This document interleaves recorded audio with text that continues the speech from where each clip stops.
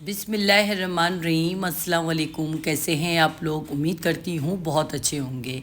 आज बना रही हूँ बहुत ही मज़ेदार सी रेसिपी, और ये रेसिपी है बिहारियों की सबसे फेमस डिश पुलाव गोश्त की रेसिपी। पुलाव गोश्त की रेसिपी बहुत ही डिफरेंट होती है, क्योंकि हमारे यहाँ तो पुलाव गोश्त एक साथ ही बनता है, लेकिन यहाँ पर पुलाव अलग होता है और गोश्त अलग होता है। तो चलते हैं रेसिपी की तरफ। रेसिपी पसंद आए वीडियो को शेयर एंड लाइक कमेंट्स करना नहीं भूलिएगा। जो न्यू है देखने वाले वो लाजमी सब्सक्राइब कीजिएगा।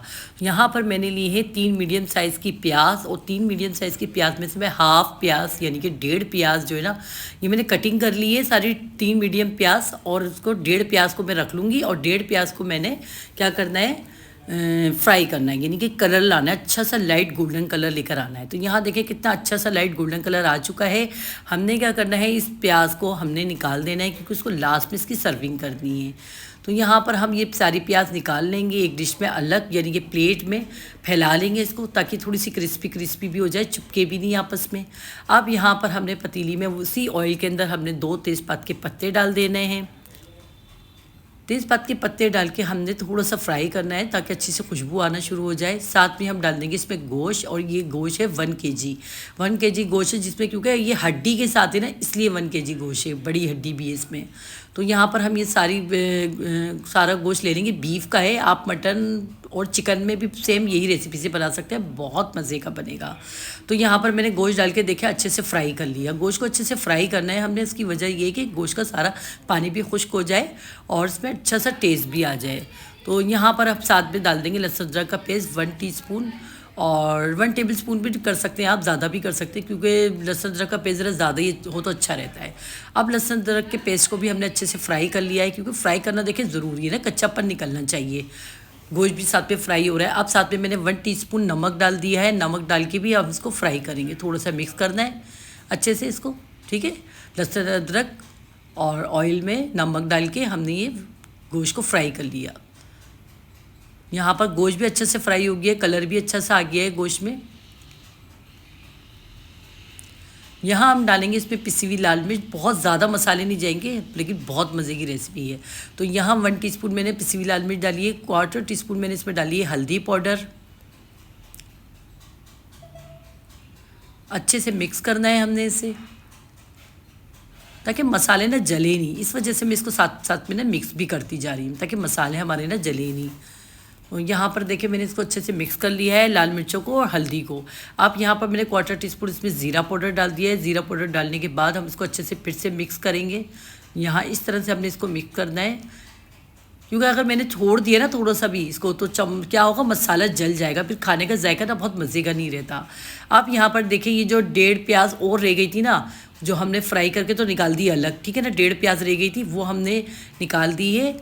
अब ये जो बाकी 1.5 प्याज रह गई थी ना, वो हम इस पर डाल देंगे मसाला बनाने के लिए। ज़रा सी मैंने बचा ली है भगार के लिए, ठीक है ना, ये पुलाव के लिए बचा ली है मैंने बस। 3 मीडियम साइज़ की प्याज में ये पूरी हंडिया बनेगी, यानी कि पूरा मेन्यू बनेगा ना पुलाव गोश्त का। तो यहाँ देखिए अब हमने क्या मसाला बनाने के लिए ना, क्योंकि गोश्त को गलने में टाइम लगेगा, तो इसलिए ये सारा जो है ना मसाला अच्छे से, ये सारी प्याज़ा गुम हो जाएगी इसमें कहीं। और यहाँ पर मैंने 2 छोटे साइज़ के टमाटर थे, बस वो भी मैंने इसमें डाल दिए। आप चाहे तो एक बड़े साइज़ का टमाटर ले सकते हैं, ग्रेवी अच्छी बनानी हो तो इतनी भी ग्रेवी काफ़ी थी इसमें, तो आप बड़े साइज़ का भी ले सकते हैं टमाटर। अच्छे से देखें मैंने इसको मिक्स कर देना है प्याज और टमाटर को, और बस अब हमने क्या करना है, इस पर पानी डाल देना है। पानी डाल के ना इसको गलने के लिए लगा देंगे, ताकि गोश्त ना अच्छे से गल जाए। छोटी मोटियाँ जल्दी गल जाएगा गोश्त, तो मैंने तकरीबन 2 से 3 गिलास पानी डाल दिए। इस पर अच्छे से मिक्स कर देना है। मिक्स करके हम इसको ढककर ढक देंगे और गलने के लिए रख देंगे, ताकि अच्छे से गोश्त हमारा गल जाए। जैसे ही हम निकाल के देखेंगे 30 मिनट बाद, अगर गोश्त गला हुआ होगा तो बस हमने इसको भून लेना है, तेज़ आंच पे भून लेना है, ठीक है ना। तो यहाँ पर देखिए दूसरी तरफ से हमने एक मसाला तैयार करना है। ये बहुत ख़ास मसाला होता है इस पुलाव गोश्त का। तो यहाँ 1 टीस्पून मैंने लिया है इसमें ज़ीरा, सफ़ेद ज़ीरा, और 2 टीस्पून है साबुत धनिया, ठीक है। 1 टीस्पून सफ़ेद ज़ीरा, 2 टीस्पून साबुत धनिया, 1 हरी इलायची है, और 8-10 साबुत लाल मिर्चें हैं, और काली मिर्चें हैं 1 टीस्पून। अब हमने क्या करना है, तवे पे डाल के इसको हल्की आंच पे भूनना है, ठीक है। जैसे ये रोस्ट हो जाए इसको कूट लेना है हमने, सिंपल बस ये है इसका। ये बहुत अच्छा सा मसाला बनेगा। अपने तवे पे हल्का सा भूना और रोस्ट किया, और देखेंगे इसको हमने कूट लिया है, थोड़ा सा दरदरा सा कूटना है। ये हरी इलायची रह भी जाए तो कोई मसला नहीं है, ये हमने सालन में डल जाएगा, मतलब अच्छा जायका आ जाएगा इसका। तो यहाँ पर देखें ये तकरीबन गोश्त भी हमारा गल चुका था, ज़रा सा पानी रह गया है। बस इसी पानी को हम लोगों ने आगे जाके इस्तेमाल करना है, मतलब इसी पानी में हमने सारे अपने काम करने हैं। थोड़ा सा पानी बचा हुआ है, गोश्त हमारा अच्छे से गल गया था। यहाँ पर मैं डालूँगी दही, ये देखें इस तरह से, एक भर के प्याली नहीं है, थोड़ी आधी प्याली दही है। दही डाल देंगे हम, अगर दही थोड़ा खट्टा भी है तो चलेगा, क्योंकि अच्छा सालन में जायका अच्छा आएगा। तो यहाँ दही डाल के ना, बस दही के पानी में ही ना हम और भी मसाले भी डाल देंगे अपने। यहाँ देखें दही डाल के थोड़ा भूना हमने। अब हमने क्या करा, जो मसाला थे ना ये डाल देंगे हम। तकरीबन ये जितना भी मसाला था ना, सारा इस डिश के लिए काफ़ी था, यानी कि जितना गोश्त था ना और जितने हमने टमाटर और प्याज लिए थे उस हिसाब से ये पूरा मसाला काफ़ी था। मैंने थोड़ा सा डाला था फिर, लेकिन जब मैंने देखा कि नहीं इसका थोड़ा सा कम है मसाला, फिर मैंने पूरा डाल दिया। बिल्कुल बेहतरीन ये पुलाव गोश्त का ये मसाला बना था। तो यहाँ देखिए अच्छे से मिक्स कर लिया, सारा कंप्लीट मसाला फाइनली पूरा सारा जा चुका है इसमें। और ये देखिए कितना अच्छा फाइनली ये तैयार हो चुका है। बस हमने क्या करना है, हरी मिर्च और हरा धनिया डालना है इसमें, और लास्ट में जो ब्राउन प्याज थी वो डालना है। तो यहाँ पर देखें बस हमारे पास जो ब्राउन प्याज है ना वो डाल देंगे। देखिए आप देख रहे होंगे रोगन सारा ऊपर आना शुरू हो गया है। हल्का चूल्हा मैंने कर दिया इसी वजह से, ताकि ये जले नहीं। और ब्राउन प्याज डालेंगे, ब्राउन प्याज डाल के मिक्स करेंगे, और मिक्स करके और हरा धनिया और हरी मिर्चों से बस इसको डाल के फाइनल कर देंगे। ये हमारा पुलाव गोश्त का जो मसाला था वो तैयार हो चुका है। बिल्कुल डिफरेंट रेसिपी है। ये कहते हैं कि बिहारियों की ना ये बहुत ही फेमस रेसिपी है। उनके यहाँ ख़ास स्पेशल कोई तकरीब होती है तो तब ये लोग बनाते हैं ये, और बहुत मज़े की बनती है। साथ में इसके साथ और भी लवाजमात होते हैं, पापड़ वगैरह भी होते हैं। कुछ लोग छोटी मछली भी इस्तेमाल करते हैं।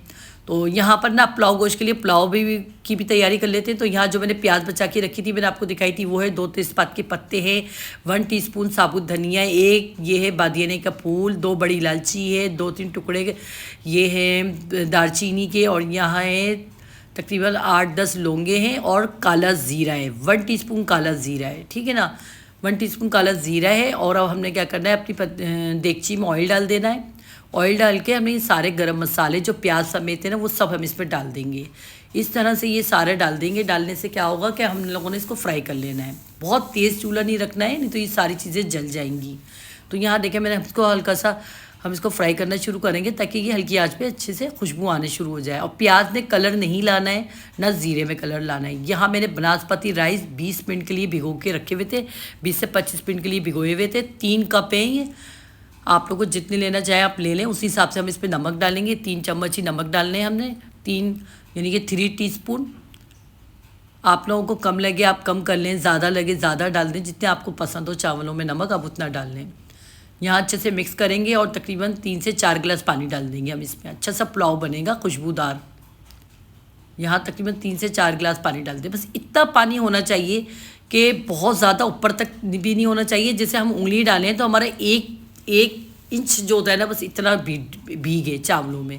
यहाँ कुछ हरी मिर्चें डाल दी हैं साथ में, और ये ढक्कन ढक दिया है ताकि चावल हमारे पानी खुश्क हो जाए। तो यहाँ देखिए चावलों को पानी खुश्क हो चुका है, सारा पानी खुश्क हो चुका है चावलों को। बस अब इसको इसी स्टेप पे हम दम पे लगाएंगे। यहाँ थोड़ा सा दूध लिया मैंने, और दूध में मैंने डाल दिया है थोड़ा सा जर्दे का रंग। बस ज़रा सा जर्दे का रंग डालना है, कोई ज़्यादा नहीं। आपकी ये ऑप्शन है, बिल्कुल मर्ज़ी है, आपकी मर्ज़ी आप डालना चाहें, लेकिन अच्छा लगेगा डालेंगे तो यहाँ पर 10 मिनट के लिए मैंने दम पे रख दिया था। तो यहाँ देखें 10 मिनट के लिए दम पे रख दिया है।